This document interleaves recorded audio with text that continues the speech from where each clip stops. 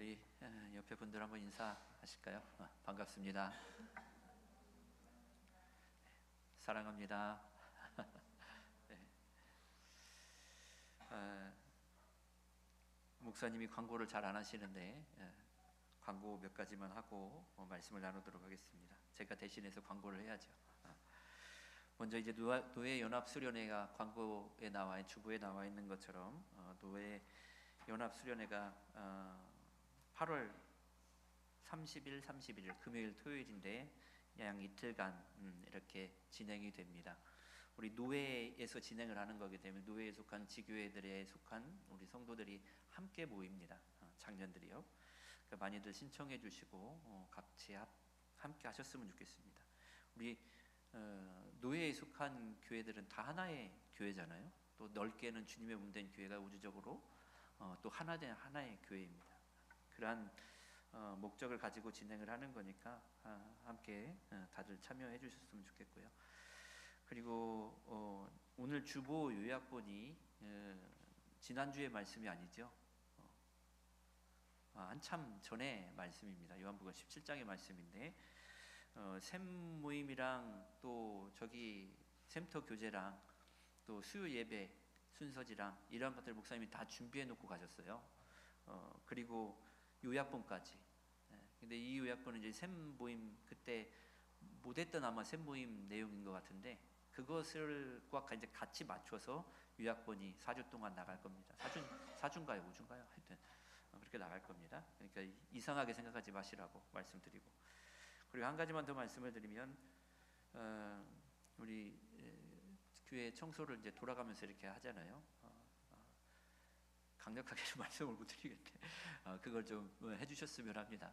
요즘 또 좀 어려운 상황이라서 이 청소가 제대로 이루어지지 않고 있는데 좀 해주셨으면 해요. 목사님이 혼자 10년 동안 이렇게 청소하셨잖아요. 근데 또 이렇게 되면은 좀 안 될 것 같습니다. 좀 해주시기를 바랍니다. 말씀을 나누도록 하겠습니다. 이 말씀을 제가 준비하면서 갑자기 그런 생각이 들더라고요. 혹시 내가 이 말씀을 전에 설교한 적이 있었나? 제가 기억력이 안 좋아가지고 찾아보니까 몇 년 전에 했던 본문이더라고요. 근데 아내한테 물어보니까 이 창수 목사님도 이 말씀을 하신 적이 있다. 저도 그거는 기억이 나요. 근데 이 본문으로 설교를 하신 것 같진 않았거든요. 제가 설교 중간에 이 본문을 언급하셨던 걸로 제가 기억을 하는데 어쨌든 근데 또 이 말씀을 들고 서게 됐습니다. 근데 이 재탕하는 건 아니니까요. 오해 없으시길 바라고요. 네. 우리가 이제 성경에 등장하는 모든 인물들을 이렇게 딱 놓고 봤을 때 가장 이 대비를 이룬다, 극명한 대조를 이룬다라고 할 수 있는 두 인물을 뽑으라고 한다면 사람마다 좀 다르겠지만 저의 경우는 이제 가룟 유다와 그리고 예수님이 십자가에 돌아가실 때 한편에 있던 강도를 저는 대비를 꼽고 싶습니다. 왜냐하면 유다 같은 경우는 가룟 유다 같은 경우는 3년 동안 예수님과 동고동락하면서 살림꾼 노릇을 했잖아요. 총무의 역할들을 했단 말이죠. 그리고 예수님으로부터 그 많은 영적인 가르침들을 받은 사람입니다. 반면에 이 한편의 강도는 완악한 심령으로 살았죠. 평생을 그렇게 살던 사람입니다. 그리고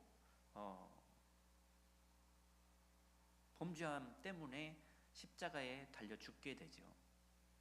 이 십자가형을 받는다는 것은 흉악범들, 아주 극악한 범죄자들이 받는 거잖아요. 그러니까 그 사람이 그러한 범죄를 저지르기까지 어떠한 인생을 살았을지가 보여지죠.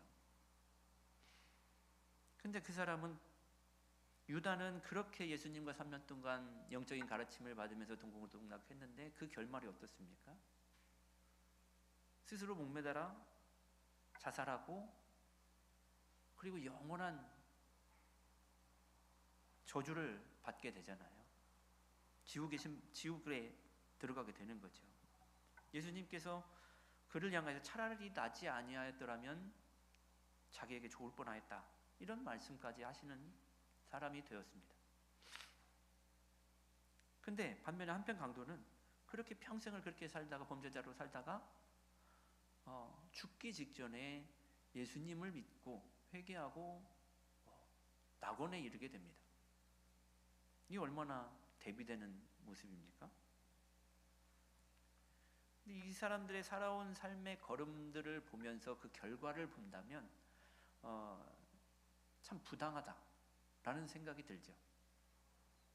물론 가룟 유다에 대해서 자세히 아는 사람이라고 한다면 뭐 그런 생각을 안 할 수도 있지만, 그들의 이런 어떤 외형적인 삶의 걸음이나 상황들이나 조건들, 이러한 것들을 볼 때 결과가 사뭇 상반된 그런 결과를 맞는다는 것은 우리로는 납득하기가 어려운 부분들이 있죠. 사람들은 되게 그렇습니다. 내가 한편 강도였다면 그것은 내가 한편 강도의 결과를 맞았다, 그러면 그것은 옳은 것이죠. 내가 그래야 돼. 근데 내가 가룟 유다의 결과를 맞는다, 그러면 그건 잘못된 거예요. 사람들의 대부분의 생각이 그러하죠. 우리도 만약에 그렇게 생각을 한다고 한다면 그건 하나님을 불의한 분이다 라고 말하는 것과 같습니다. 오늘 본문의 내용도 보면 우리가 읽다 보면 어느 부분에서는 이런 생각이 들어갑니다. 부당하다, 불공평하다. 근데 본문을 우리가 자세히 좀 더 들여다보면 주인이 왜 이렇게 우리가 부당하다고 여기는 만한 행위들을 하고 또 어떤 의도로 그렇게 했는지를 알고 나서는 그 주인 앞에서 공평하니 불공평하니, 이건 부당한 거니 맞는 거니, 이런 것을 따질 수가 없습니다. 그런 것을 따지고 들이미는 내 자신이 부끄러워진다는 거죠. 본문의 내용은 우리가 너무나도 익숙하게 잘 아는 것이지만 간단하게 말씀을 드려보면, 집주인이 있어요. 많은 일꾼들을 고용해야 될 만큼 큰 포도원을 가지고 있던 사람인 것 같습니다. 부자였던 거죠. 영향력도 있었을 것이고요.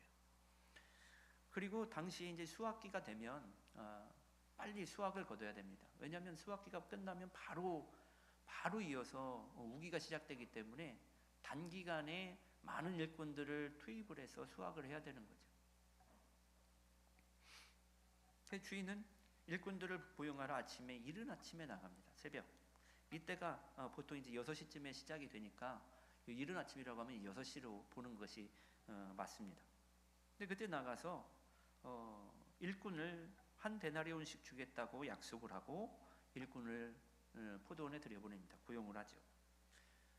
그리고 또 제3시에 또 나가봅니다. 근데 거기에 놀고 있는 사람들이 있습니다. 그들에게도 상당한 품삯을 주겠다고 약속을 하고 그들을 또한 들여보냅니다. 이 3시는 여기 기록된 시간은 지금 우리하고 6시간의 차이가 납니다. 그러니까 여기에다가 6시간을 더하면 그 시간이 되는 거죠. 지금 현재의 시간이. 그러니까 3시라고 하면 9시가 되는 겁니다. 아침 9시. 그리고 또 나아가서 6시와 9시에 또 나가봅니다. 그들에게도 똑같이 그렇게 했다는 거죠. 상당한 품삯을 주겠다고 약속을 하고 포도원에 들여보낸 겁니다. 그러니까 6시와 9시라고 하면 12시, 정오와 오후 3시가 되는 거죠. 그리고 마지막으로 11시가 돼서 또 나갑니다. 그러니까 11시면 오후 5시. 일을 마치는 시간이 오후 6시거든요. 그래서 나중은 자들이 나중에 정산할 때 12절에 보면 이 사람들은 1시간밖에 일하지 않았지 않습니까? 라고 말하잖아요. 그러니까 5시에 와서 6시에 일이 끝난 겁니다.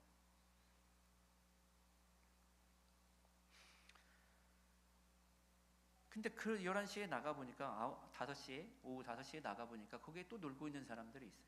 그들에게 왜 당신들은 놀고 있습니까? 여기서 하루 종일 놀고 있느냐? 라고 묻죠. 근데 그들이 써주는 사람이 없어서 우리가 놀고 있습니다 라고 말하니까 그들에게도 약속을 하고 그들도 포도원에 들여보냅니다. 그리고 날이 저물어서 마칠 시간이 되었을 때 주인은 청지기에게 이렇게 말을 합니다. 8절에 품꾼들을 불러 나중 온 자로부터 시작하여 먼저 온 자까지 삭슬 주라. 나중 온 자로부터 시작하여 먼저 온 자까지 삭슬 주라. 이 말씀을 염두에 두시고 보시기 바랍니다. 나중 온 자가 한 데나리온을 받는 것을 보고 먼저 온 자들은 더 받을 줄로 생각하죠. 그도 그럴 것이 그들은 이른 아침부터 와가지고 오후 5시에 온 사람들보다 훨씬 더 많은 양의 일을 했지 않습니까? 거의 시간으로 따지면 12배. 아침 6시부터 저녁 6시까지니까 12시간. 이 사람은 1시간. 이게 12배죠. 뭐 점심시간이나 쉬는 시간을 제한다면 뭐 10시간 정도로 감안하면 10배, 최소한 10배의 일을 한 겁니다. 그런데 똑같이 한 데나리온씩을 받는 거죠.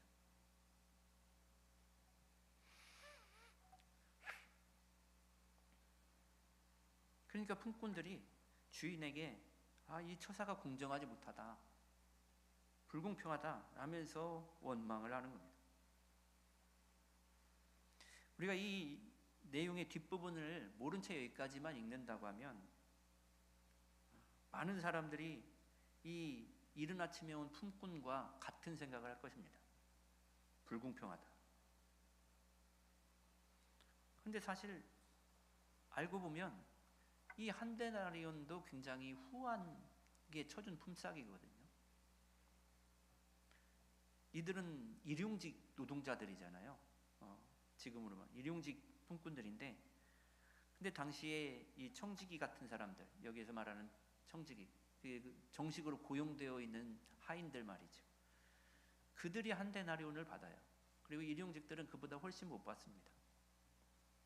이게 로마 군대 군인들이, 로마 부대의 군인들이 한 데나리온씩을 받았습니다. 그런데 그들에게 한 데나리온을 쳐준 건 굉장히 후하게 쳐준 거죠. 아마 이른 아침에 온 사람들은 한 데나리온을 약속받았을 때 굉장히 감사한 마음으로, 즐거운 마음으로 일을 시작했을 것입니다. 그런데 지금 불평을 하고 있는 거예요. 그러자 주인이 이렇게 말을 합니다. 친구여, 내가 내게 잘못한 것이 없노라. 내가 나와 한 데나리온의 약속을 하지 아니하였느냐? 내 것이나 가지고 가라. 나중 온 이 사람에게 너와 같이 주는 것이 내 뜻이니라. 내 것을 가지고 내 뜻대로 할 것이 아니냐? 내가 선함으로 내가 악하게 보느냐?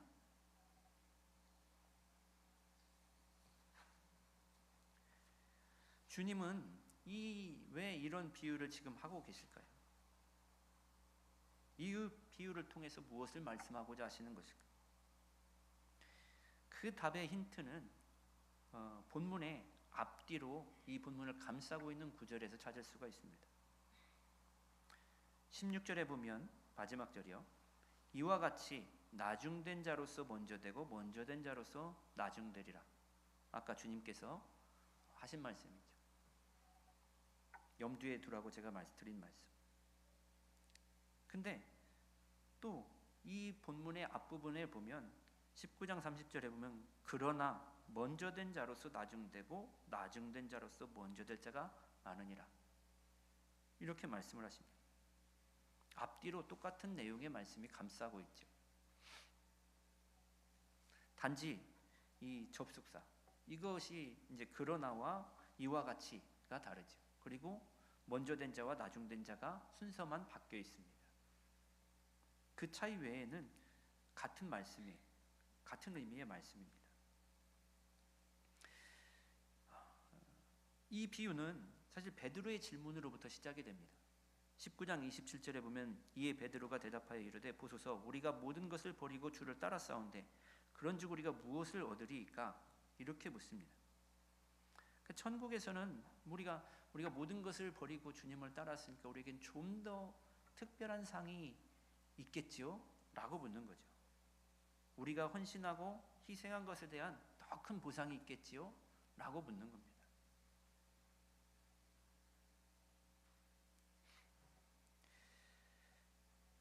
이에 대해 주님께서는 그들에게 보상이 따를 것이다, 의외의 말씀을 하십니다. 보상이 있다는, 그것이 28, 29절의 말씀인데, 근데 그 보상은 너희가 희생하고 헌신하고 쏟아낸 것보다 훨씬 더 큰 것이다 라고 말씀하고 계신 겁니다. 그러면서 30절에 그러나 라고 말씀을 하시는 거죠. 뭔가 뒤에 그거와 상반되는 반전의 말씀이 나올 것으로 나올 것이죠. 그러나라는 말씀.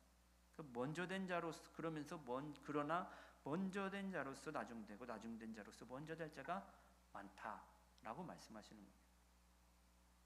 이것은 제자들에게 보상을 말씀하시면서 또한 경고를 함께 하고 계시는 겁니다.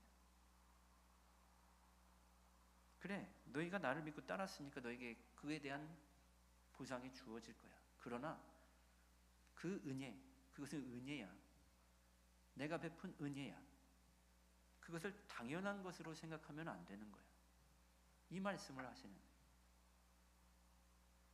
왜냐하면 이들은 자기가 한 만큼 뭔가를 받을 수 있다고, 그것이 자격이 되고 조건이 돼서 주님으로부터 그 이상의 것을 받을 수 있다고 여기는 거죠. 근데 주님이 베푸르신 은혜는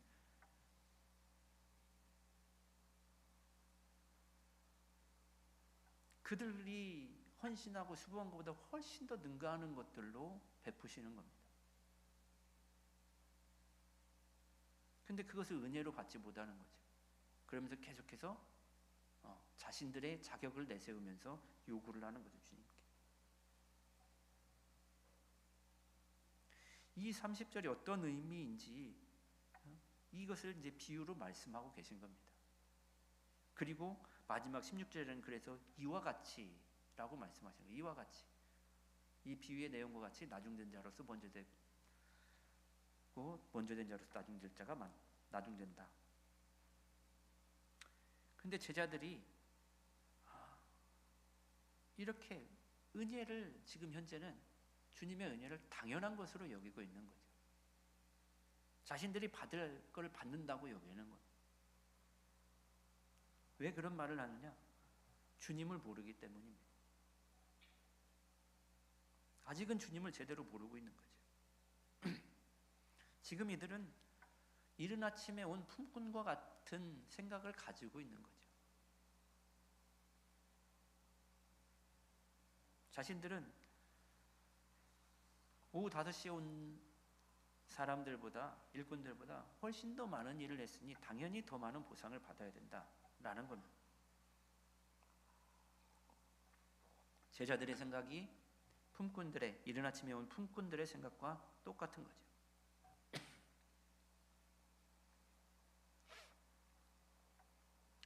먼저 온 자들은 훨씬 더 많은 일을 했고 주인을 유익하게 했습니다.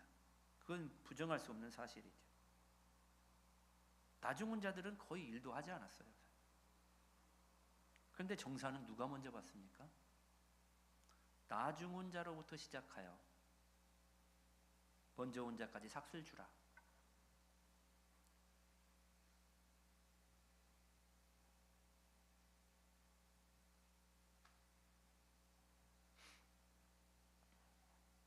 그것이 주님의 뜻이라는 겁니다. 14절에. 주님의 뜻이 먼저 온 자로부터 나중 온 자로부터 시작해서 먼저 온 자까지 주는 것이 주님의 뜻이라고 말씀하는 거죠.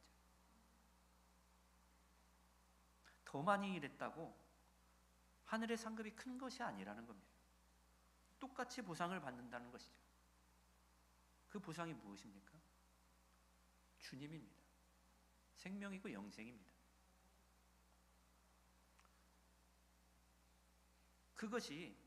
그 보상이 우리가 이 세상에서 희생한 모든 것보다 훨씬 더 능가한다는 거죠. 그것과 비교하면 우리에게 주신 그 은혜, 보상, 구원, 영생, 생명, 이것과 비교하면 우리가 이 세상에서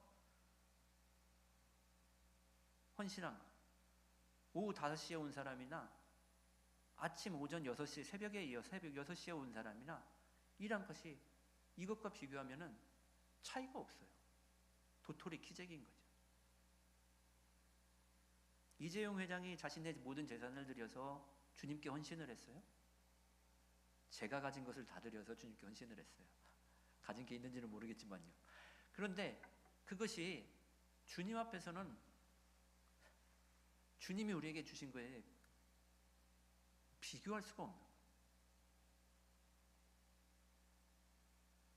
근데 둘이 차이가 없는 거예요. 이재용 회장이 그렇게 자기 것을 다 들여서 헌신했다고 한다면 그것과 제가 헌신한 것이 차이가 없다는 거죠. 주님 앞에서는. 이 보상 앞에서는 말이죠. 베드로가 이런 질문을 한 거는 앞에서 부자 청년이 와가지고 주님, 제가 무엇을 하여 영생을 얻을 수 있습니까? 율법을 지켜라. 다 지켰습니다. 네가 가진 재물, 재산 팔아서 가난한 사람들에게 나눠줘라. 그러면 하늘에서 보화가 네게 있을 것이다. 그리고 나를 따라라. 그러니까 이 부자 청년이 근심하면서 돌아가요. 주님을 따르지 않고 재물을 따라가는 거죠. 그런데 이 제자들은 자신들은 재물을 버려두고 그물도 버려두고 배도 버려두고 가족도 버려두고 생업도 버려두고 그리고 주님을 따랐거든요. 우리는 부자 청년에 비하면 우리는 상을 받을 만한 자격이 있지 않습니까? 주님, 우리는 더 큰 상이 있죠.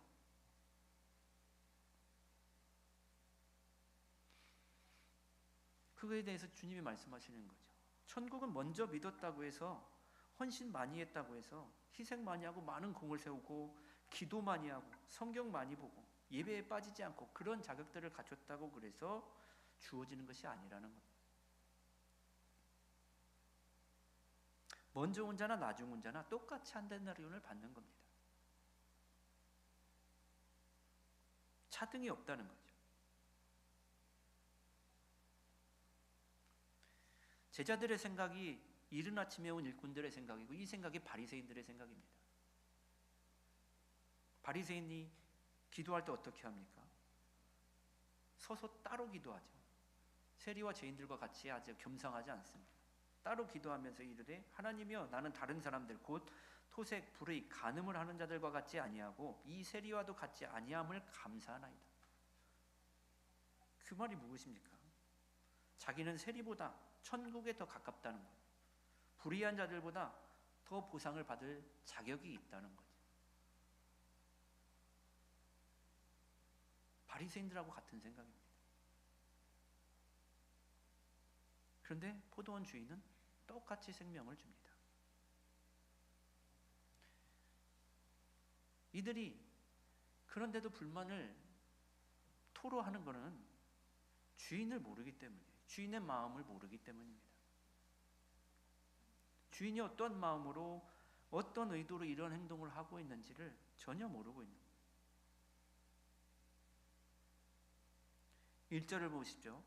1절은 천국은 마치 품꾼을 얻어 포도원에 들여보내려고 이른 아침에 나간 집주인과 같다라고 말씀을 하죠.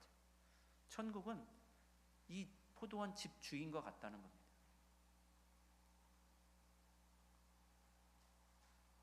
주인이 바로 천국이라는 거죠. 주인의 마음, 그 마음에서 나오는 행동, 그것이 천국인 거예요. 그것을 알아야 된다는 거예요. 당연히 포도원 주인은 주님께서 하나님을 비유하고 있는 겁니다. 하나님이 천국인 거예요. 그 마음을 알아야 된다는 거죠. 예수님께서 하늘을 향해 기도하실 때 그러지 않습니까? 영생은 곧 유일하신 참 하나님과 그가 보내신 자 예수 그리스도를 아는 것이니이다. 하나님이 어떠한 분이신지, 그분의 마음이 어떠한지, 그분이 보낸 예수 그리스도, 그분이 누구신지, 어떠한 분이신지 그걸 아는 것이라는 거죠. 그래서 우리는 주인의 마음을 알아야 되는 거죠. 일꾼들을 부른 주인, 이 주인이 왜 일꾼들을 불렀겠습니까?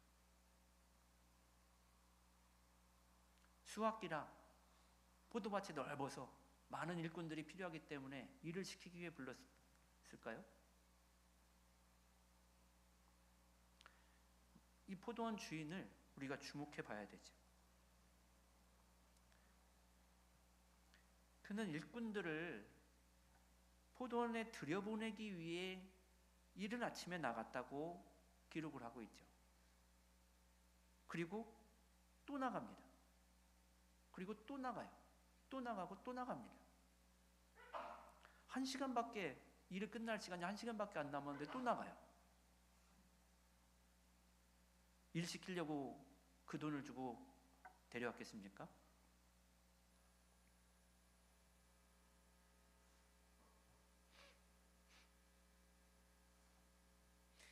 이미 포도원 주인은 그날에 필요한 일꾼들이 몇 명인지를 다 알죠. 딱 보면 견적이 나오잖아요. 그러니까 이른 아침에 나갔을 때 필요한 일꾼들은 이미 다 한 번에 불러오죠.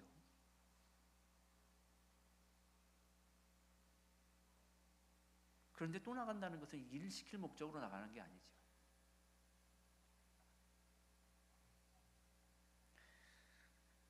그 포도원 주인이 불러온 일꾼들이 어떤 사람인지를 보면은 우리는 이 주인의 마음을 좀 더 알 수 있습니다. 6절에 보면 11시, 그러니까 오후 5시에 나가서 보는데 일꾼들을 나가서 보니까 서 있는 사람들이 또 있다. 그런데 그들에게 주인이 뭐라고 하냐면 너희는 어찌하여 종일토록 놀고 여기 서 있느냐, 이렇게 묻죠. 여기 놀고 서 있느냐, 이 놀다, 이 말은 무익하다, 게으르다, 쓸모없다, 이런 뜻이에요. 그러니까 이들이 어떤 사람들이냐면 무익한 자들입니다. 주인에게 무익한 사람들이에요. 쓸모없는 사람들인 거죠. 그런 사람들을 지금 포도원 농장으로 들여보내는 겁니다. 그들이 말하죠. 7절에 써주는 사람이 없기에 자신들을 놀고 있다고요. 써주는 사람이 없어. 왜 써주는 사람이 그 시간까지 없겠습니까? 쓸모없는 사람들이기 때문이죠. 내가 누군가에게 돈을 주고 일을 시키는데 그 사람이 비리비리하고 병약하고 뭐 장애가 있고 아니면 알코올 중독에 맨날 술에 찌들어서 코가 빨개져서 비틀비틀하고 그런 사람들을 불러다 쓰겠습니까? 건장하고 부지런하고 성실할 것 같은 사람들, 그런 사람들을 불러다 쓰죠. 그런 사람들은 먼저 뽑혀가는 거죠.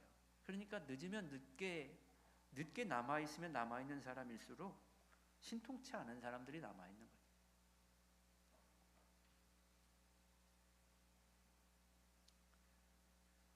그런데 이들에게 각각 하시는 여기 기록된 말씀들을 보세요.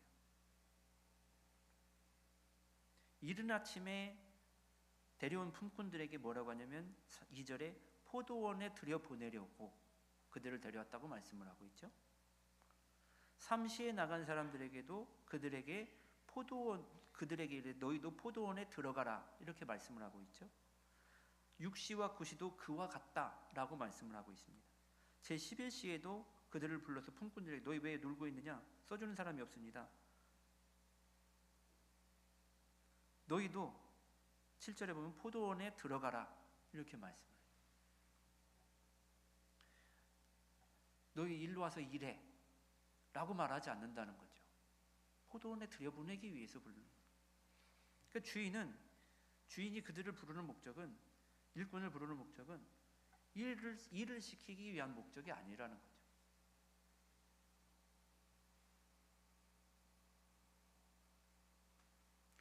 물론 그들이 들어가서 일을 했죠. 하기는 했겠죠. 안 하지 않았겠죠. 하지만 포도원 주인이 그러한 목적으로 그들을 부른 것이 아니라는 거죠. 궁극적인 목적은 그들에게 품삯을 주고자 하는 것이었습니다. 생명 말이죠. 왜냐하면 그들은 하루 벌어 하루를 사는 자들이에요. 하루 벌어서 자신들의 생명을 연명하는 사람들입니다.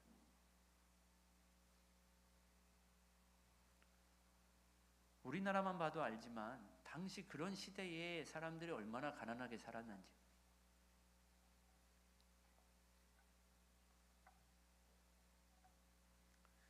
하루 한 끼 쌀밥은 고사하고 피죽도 먹기가 어려운 시대가 있었지 않습니까? 그런 시대를 살던 사람들이죠. 게다가 자신 한 사람의 목숨만 달려있는 것이 아니라 딸린 식솔들이 있잖아요. 가족들이 있어요. 줄줄이 있습니다. 뭐 최소한 17명은 그 당시에 17명은 됐을 것이니까요. 그 가족들이 한 데나리온으로 살아야 되는 거예요. 그런데 일을 못하고 받지 못하면 굶는 거죠. 죽음으로 가는 겁니다. 의미적으로 보면. 그러니까 자꾸 나가보는 보는 거죠. 주인이 자꾸 나가는 겁니다. 긍휼의 마음으로. 돈이 없어 굶는 사람이 있을까봐, 굶어 죽는 사람이 있을까봐 자꾸 나가보는 거예요. 나가고 또 나가는 거죠.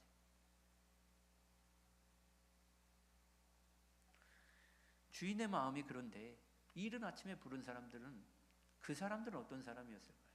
그 사람들은 또한 주인이 일을 시킬 목적으로 불렀을까요?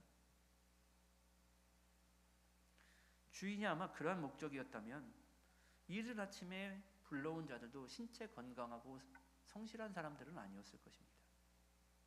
여기에 나오는 사람들이 다 그런 사람들이었거든요. 삼시에 있는 사람들, 삼시에 나가서 부르는 사람들, 그러니까 오전 9시에 나가서 불러온 사람들도 놀고 있는 사람들, 쓸모없는 사람들이라고 말하고 있는.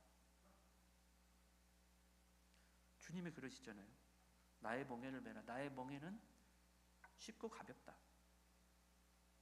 그러니까 그들을 불러온 것은 힘들게 노역을 시키기 위함이 아닌 것이죠.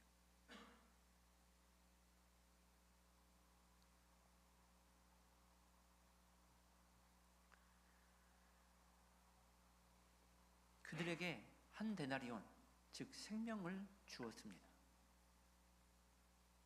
쓸모없는 사람들에게 말이죠. 이 쓸모없는 사람이 누구입니까?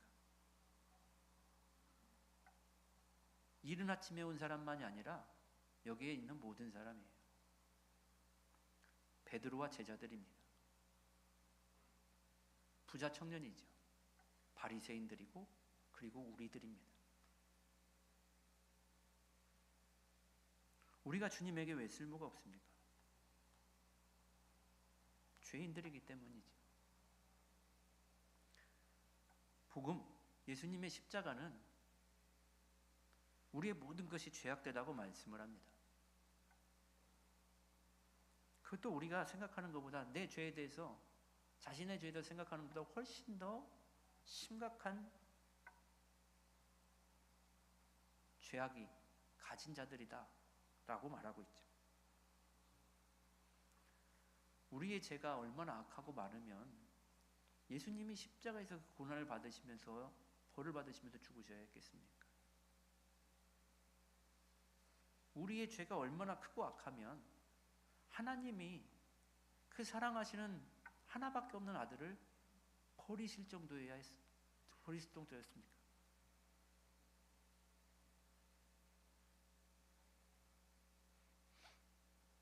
우리가 다 그러한 죄인이라는 것이죠.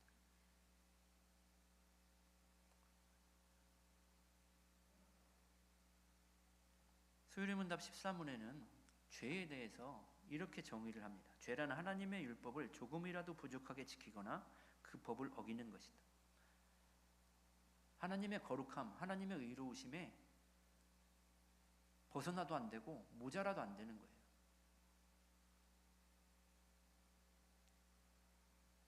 그런데 우리가 하는 어떠한 것이 하나님께 합당한 것이 되며 하나님의 기준에 하나님 받으실 만한 것이 되겠느냐는 거죠.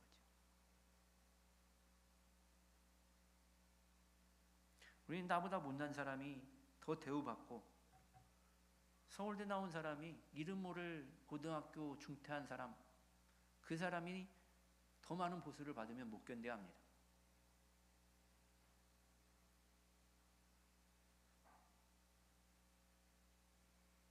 못난 사람, 부족한 사람, 죄인, 세리, 이들에게 은혜가 베풀어지는 것을 눈뜨고 못 봐요. 왜냐하면 자신들이 자격이 있다고 생각하기 때문이죠.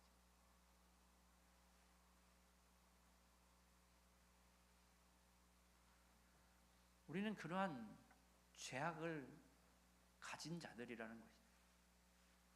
주님께 쓸모없는 자들입니다. 그런데 그런 우리에게 주님께서 생명을 주시는 거죠.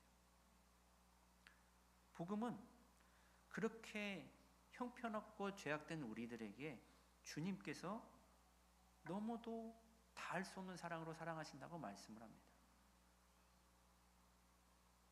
예수님을 십자가에 못 박을 만큼, 처절하게 그렇게 죽임을 당하셔야 할 만큼 우리를 사랑하시는 거예요. 예수님을 버리실 만큼, 그리고 우리를 취하실 만큼 그렇게 사랑하신다는 거죠.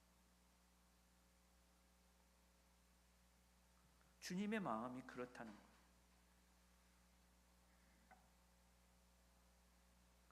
주님의 마음을 알아야 된다는 거죠. 주님의 마음을 모르면 베드로와 같이 합니다.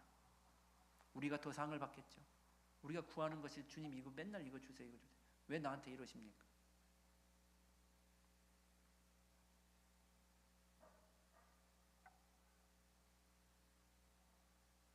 주님은 그 사랑으로 우리를 자꾸 찾아오시죠. 죽음을 향해 가는 자들을 찾아가십니다. 찾아가고 찾아가고 또 찾아가시고. 우리가 베드로와 같은 우를 범하지 않으려면, 여기 이른 아침에 온 품꾼들과 같은 우를 범하지 않으려면 주님의 말씀을 기억해야 되고 주님의 마음을 알아야 됩니다. 나중된 자 먼저 되고 먼저 된 자 나중될 때가 많다. 이 말을 우리는 염두에 두어야 합니다. 보상이 있을 것이지만 그것을 당연한 것으로 여기면 안 된다는 거예요. 하나님의 크고 놀라우신 은혜라는 거죠. 우리가 측량하고 상상할 수 없을 만큼의 가치요 무한에 해당하는 은혜인 겁니다. 그것을 주었어요. 그런데 우리는 내가 선함으로 내가 악하게 보느냐? 라고 말씀하시는 그 대상과 같은 행동을 하고 있다는 거죠.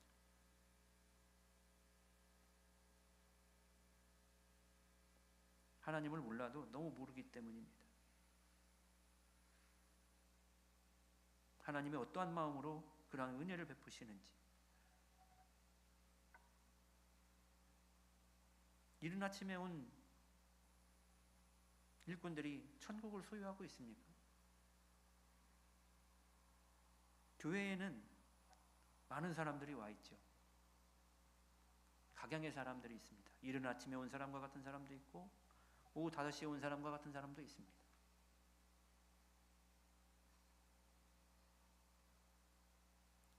그런데 품삯만 보고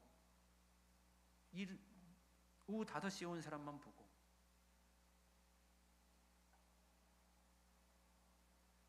그러면 주님의 마음을 알 길이 없죠. 천국이 없습니다. 천국을 소유하지 못합니다.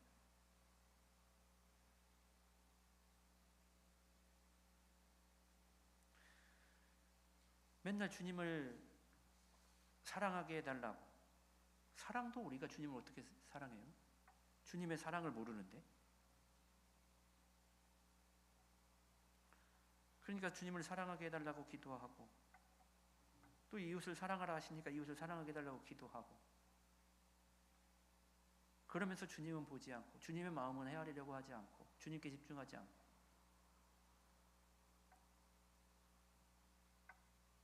그런데 어떻게 사랑을 할 수 있습니까?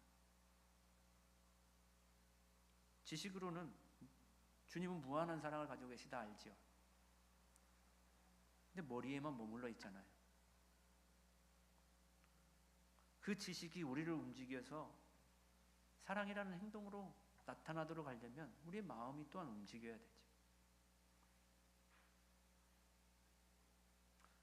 주님의 사랑을, 주님의 마음을 알지 못하면 우리의 마음이 움직이질 않습니다. 주님께 집중하고 주님을 봐야 그것이 우리에게 보죠. 세상을 보고 즐거운 것들을 찾으면 우리의 마음이 주님에게서 멀어집니다.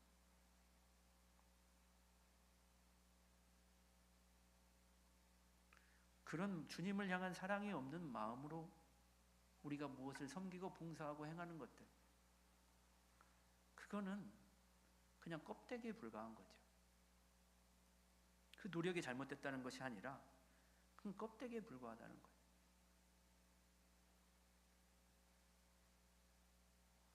주님의 마음을 아는 일에 힘쓰시기를 바랍니다.